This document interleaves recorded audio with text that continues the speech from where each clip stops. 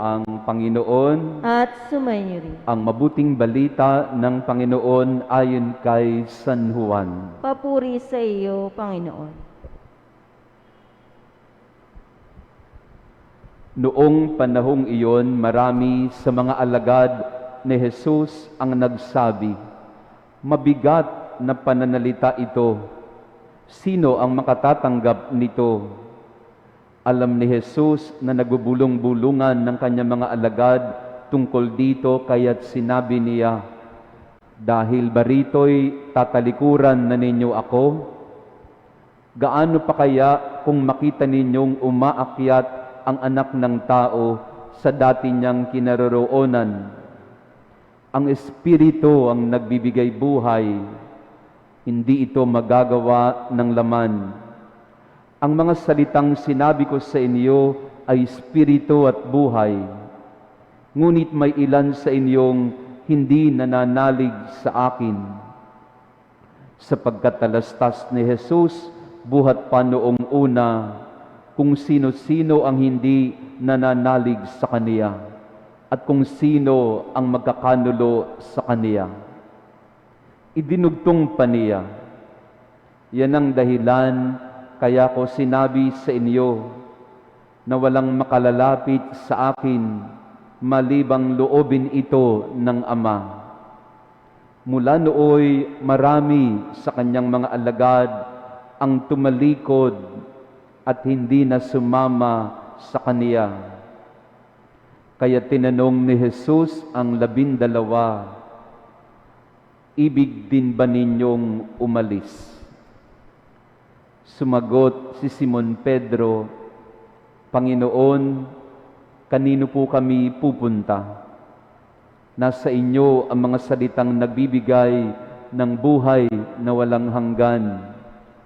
Naniniwala kami at ngayon natitiyak namin kayo ang banal ng Diyos."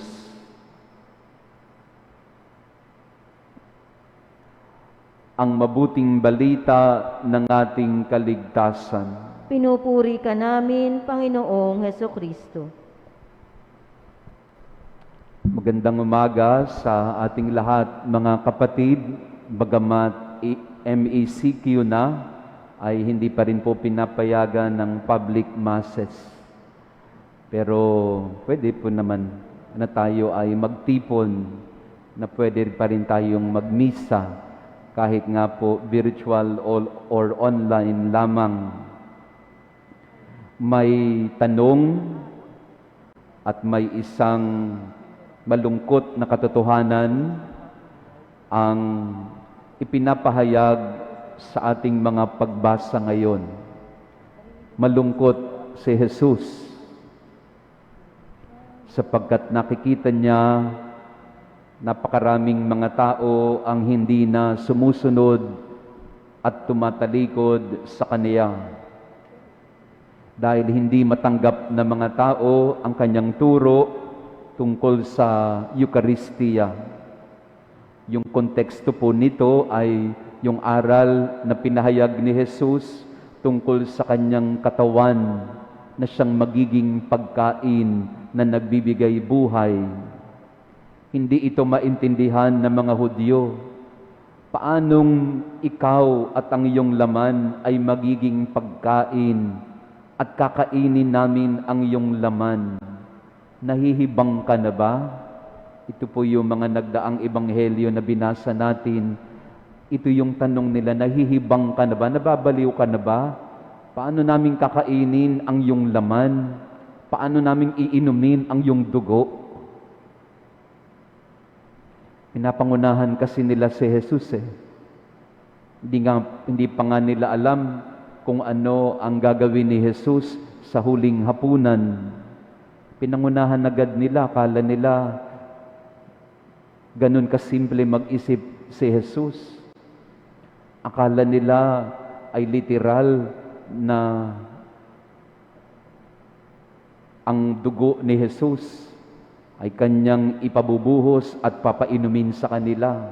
Ang buong akala nila, ang mga daliri ni Jesus, pipira-pirasuhin niya, tapos ibibigay sa kanilang lahat. Yun ang kanilang pag-iisip.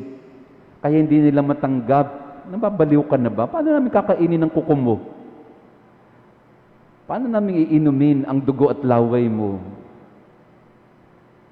Hindi nila kasi naisip, pinangunahan nila si Jesus na pagdating ng huling hapunan, kukunin niya ang tinapay, kukunin niya ang alak, at sasabihin niya sa mga alagad, ito ako, ang aking katawan. Ito ako, ang alak na iinumin. Ito ang aking dugo. Tumalikod na sila. Napakaraming ayaw nang sumunod kay Jesus dahil sa hindi nila maunawaan at hindi nila matanggap.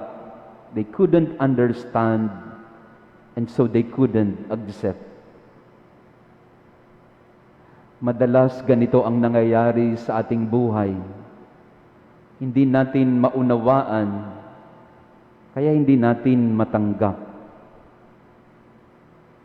Maraming beses, hindi natin maunawaan ang isa't isa, kaya hindi natin matanggap. Ganyan ang sinabi sa pangalawang pagbasa sa pag-uugnayan ng mag-asawa, ng lalaki at babae. Mahalin mo ang iyong asawa, maging tapat kayo sa isa't isa. Pero ano po ang madalas na nangyayari sa mga mag-asawa? Dahil hindi nagkakaunawaan, hindi maunawaan ang isa't isa, kaya hindi nila matanggap, kaya naghihiwalayan. Ganun din naman sa ating ordinaryong mga ugnayan. Hindi natin maintindihan yung ating kapatid, kaya hindi natin siya matanggap. Sa mga panahon ngayon, ganun eh. Hindi tayo nagkakaintindihan, kaya hindi natin matanggap yung sinasabi ng iba. Hindi natin maintindihan ang kanilang mga nararamdaman at pinagdadaanan, kaya sarado ang puso natin sa kanila. Ganun po yan eh. Mga kapatid, isipin po ninyo yung taong kaaway po ninyo ngayon, o kaya nakasamaan nyo ng loob, o kaya ay mga tao na hindi nyo naiintindihan kasi galit tayo o kaya ay masama ang loob natin. If we couldn't understand, we couldn't accept. Sarado. At yun po ang tanong ni Jesus sa kanyang mga alagad. Kayo ba? Ibig din ba ninyong umalis? Will you also go away? At ang sabi ni Pedro, spokesperson ng mga alagad, Panginoon, saan po kami pupunta? Where will we go? Nasa inyo po ang salitang nagbibigay buhay. Kanino kami pupunta? Nasa inyo ang mga salitang nagbibigay ng buhay na walang hanggan. Naniniwala kami sa inyo. Nakatitiyak kaming kayo ang banal ng Diyos. At yun din naman ang pahayag ni Joshua sa ating unang pagbasa. Kausap niya ang mga pinuno ng bayan, ng mga tribo ng Israel. Tinatanong din ni Joshua yung kanyang mga kasama, kayo, maglilingkod ba kayo sa Panginoon? O sasambahin nyo ang ibang mga Diyos-Diyosan? At ang sabi ni Joshua, ako at ang aking angkan, as for me and my household, we will serve the Lord. Ako at ang aking pamilya, maglilingkod kami at magiging tapat, hindi kami tatalikod sa Kanya. At yun din naman ang sabi ng mga pinuno ng bayan, kami din po, hindi kami tatalikod sa Panginoon. At itong mga tanong na ito ay tinatanong din sa atin ni Jesus ngayon. Tatalikod din ba kayo? Aalis din ba kayo? Hindi nyo ba ako matanggap sa buhay ninyo? At nakalulungkot po na ito ang nangyayari sa panahon natin ngayon.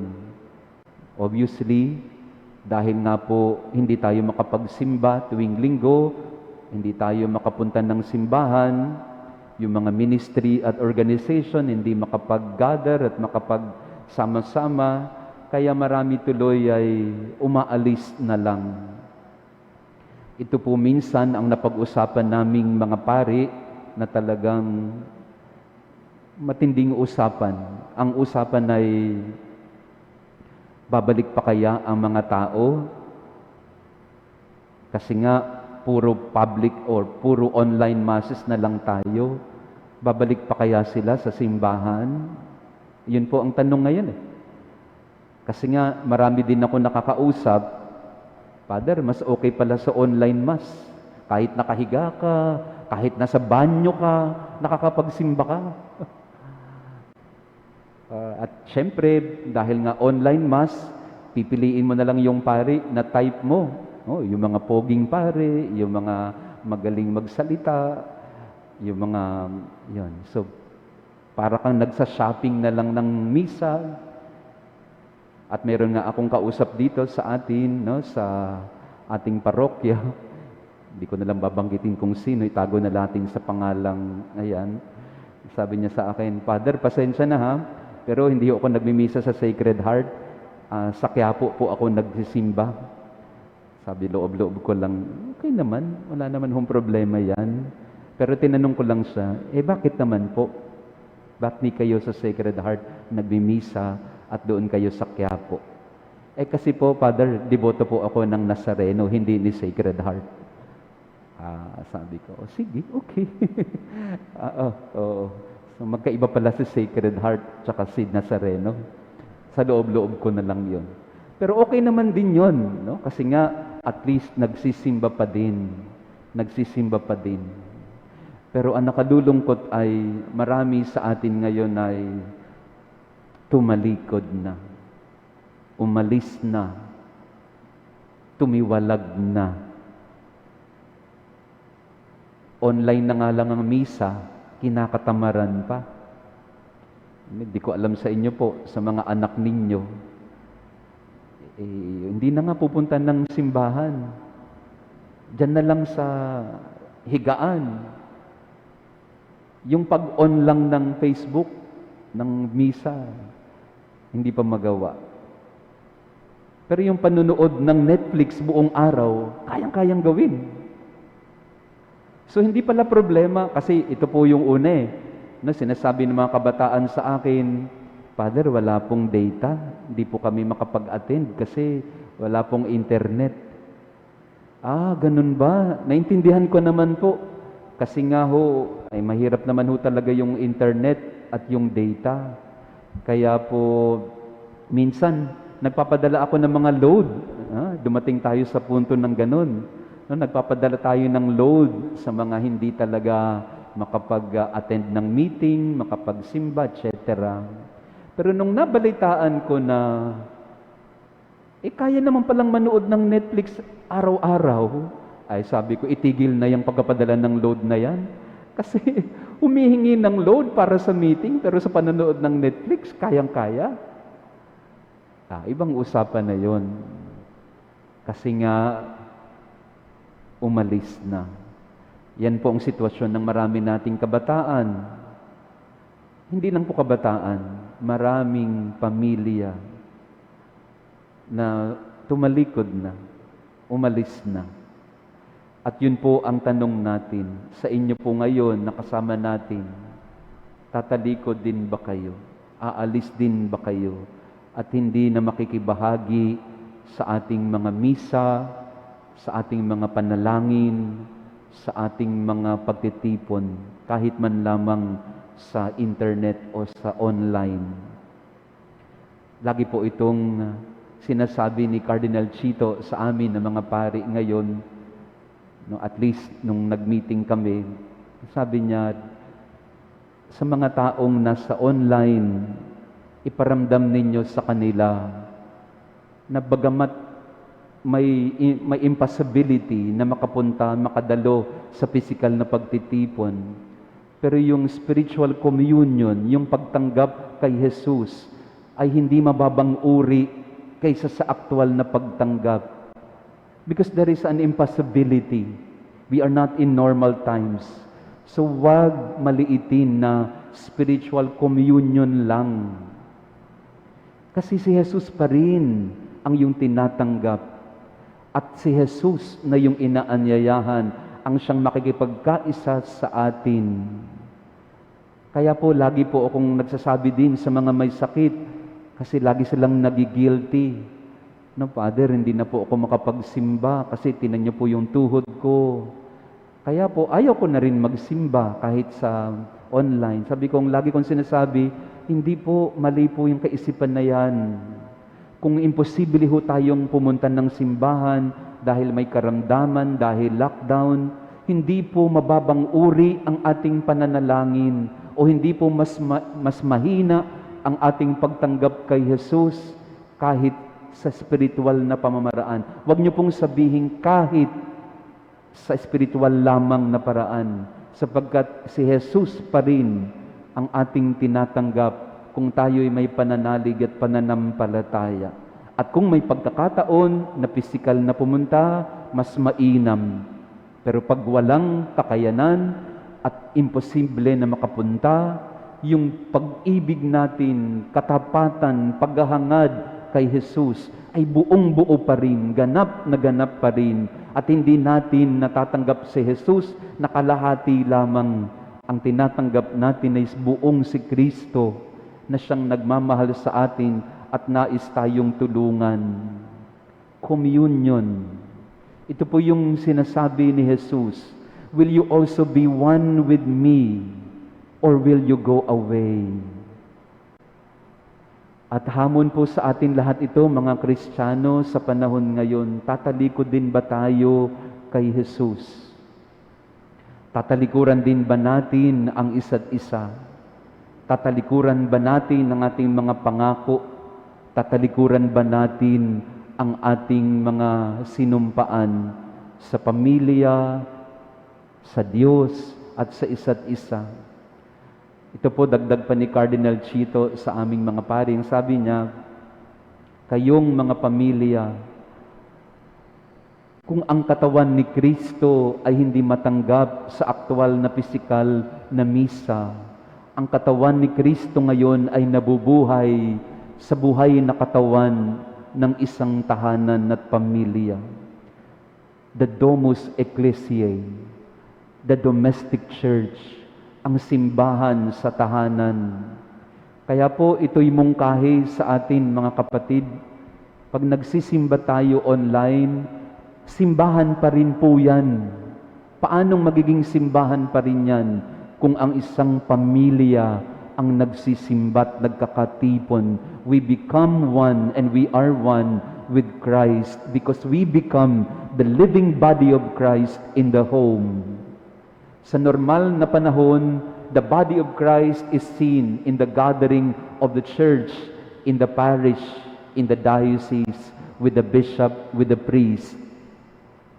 But in these abnormal, extraordinary times, sabi ni Cardinal Chito, in the home, sa inyong mga tahanan at pamilya, mga nanay, tatay, yan ang buhay na simbahan, buhay na katawan ni Kristo na tinitipon, pinagdudugtong, pinag-iisa ng kanyang pag-ibig. Pinagbubuklod tayo ng presensya ni Jesus sa ating tahanan.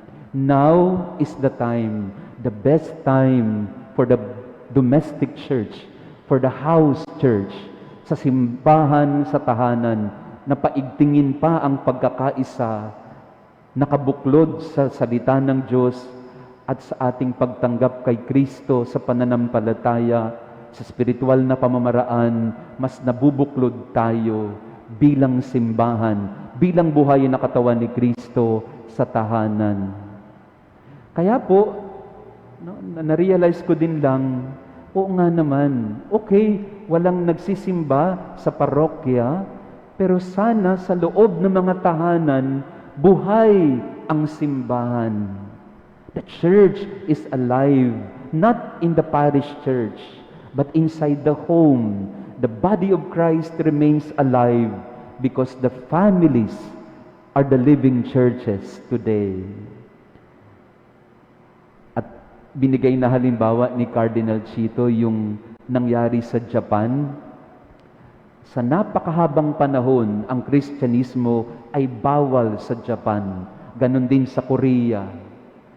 Pero tanong ay bakit nagpatuloy, bakit namunga, lumago ang Kristyanismo sa Japan at sa Korea. At Korea ngayon, lalo tigit. At darating ang panahon po, mauungusan tayo ng Korea, ha? Sa maraming Kristiyano, sapagat napakarami doon ngayon. So anyway, bakit kaya?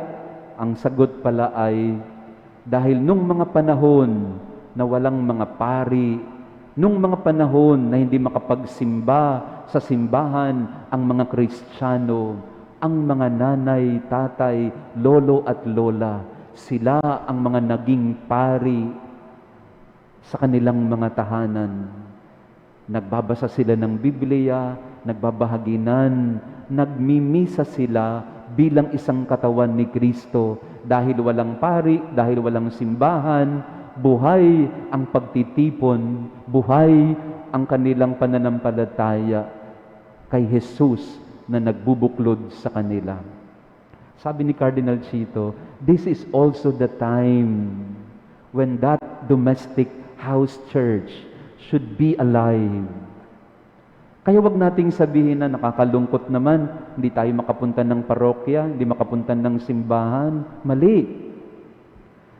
Kung hindi makapunta sa parokya, kung hindi makapunta sa simbahan, at puro online masses tayo, paigtingin, payabungin ang simbahan sa tahanan. Mga nanay, mga tatay, tipunin ang mga anak, magdasal ng sama-sama, magbasa ng Biblia, magnilay, at kung hindi man matanggap ang komunyon sa pisikal na paraan, tanggapin ang limitasyon na yon. Pero hindi ibig sabihin, hindi na natin matatanggap si Jesus. Kaya sa panahong ito po ang hamon. No? Kayo din, mga kabataan, mga nanay, tatay, hindi ibig sabihin na hindi tayo pisikal na makapagtipon ay hindi na natin pwedeng samahan si Jesus.